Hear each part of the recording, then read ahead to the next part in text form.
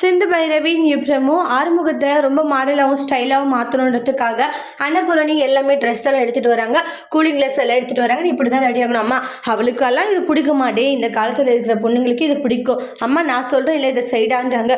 சரிம்மா என்னை வச்சு நான் இன்னொன்று நினைக்கிறேன் செய்யன்றாங்க. டே உன்னை வச்சு என்னென்ன செய்ய போகிறேன், நீ சந்தோஷமா இருந்தால் என் அம்மாவுக்கு சந்தோஷம் தானே அப்படின்றாங்க. சரி சரிம்மான்றாங்க.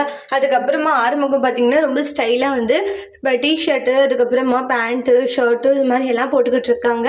அதை பார்த்த உடனே வீட்டில் இருக்கவங்க அண்ணன் நீ என்னென்ன இப்படி மாடலாக மாறிட்ட, உண்மையிலே சூப்பராக இருக்குது அப்படின்ற மாதிரியெல்லாம் வந்து வீட்டு வேலைக்காரையும் சரி காயத்ரியும் சரி எல்லாருமே சொல்லிக்கிட்டு இருக்காங்க. அப்போ பைரவி வராங்க. ஆறுமுகத்தை பார்த்து பயங்கர ஷோக்கிங்கில் இருக்காங்க. உடனே வந்து எப்படிமா இருக்கான் ஆறுமுகம்ன்றாங்க. நல்லா இருக்கான், உனக்காக தான் நான் இவனை மாற்றினேன்றாங்க. இனிமேல் ஆறுமுகம் இது மாதிரி ட்ரெஸ் பண்ணால் உனக்கு பிடிக்கும் இல்லைன்றாங்க. அவங்களுடைய அத்தைக்காகவும் சொல்லிட்டு போகிறாங்க. அதுக்கப்புறமா ஆறுமுகனுக்கு ஒரு மாதிரி வந்து இருக்கு. ஏன்னா ரொம்ப நாள் கழிச்சு ஃபர்ஸ்ட் டைம் இந்த மாதிரி போடுறது அவங்களுக்கு ஒரு மாதிரி ஷையாக இருக்குது. எல்லாருமே பார்த்தீங்கன்னா பார்த்து சூப்பராக இருக்குது அப்படின்ற மாதிரி சொல்கிறாங்க. சிந்துமே உங்களுக்கு உண்மையிலே இது நல்லா இருக்குன்ற மாதிரி சொல்கிறாங்க.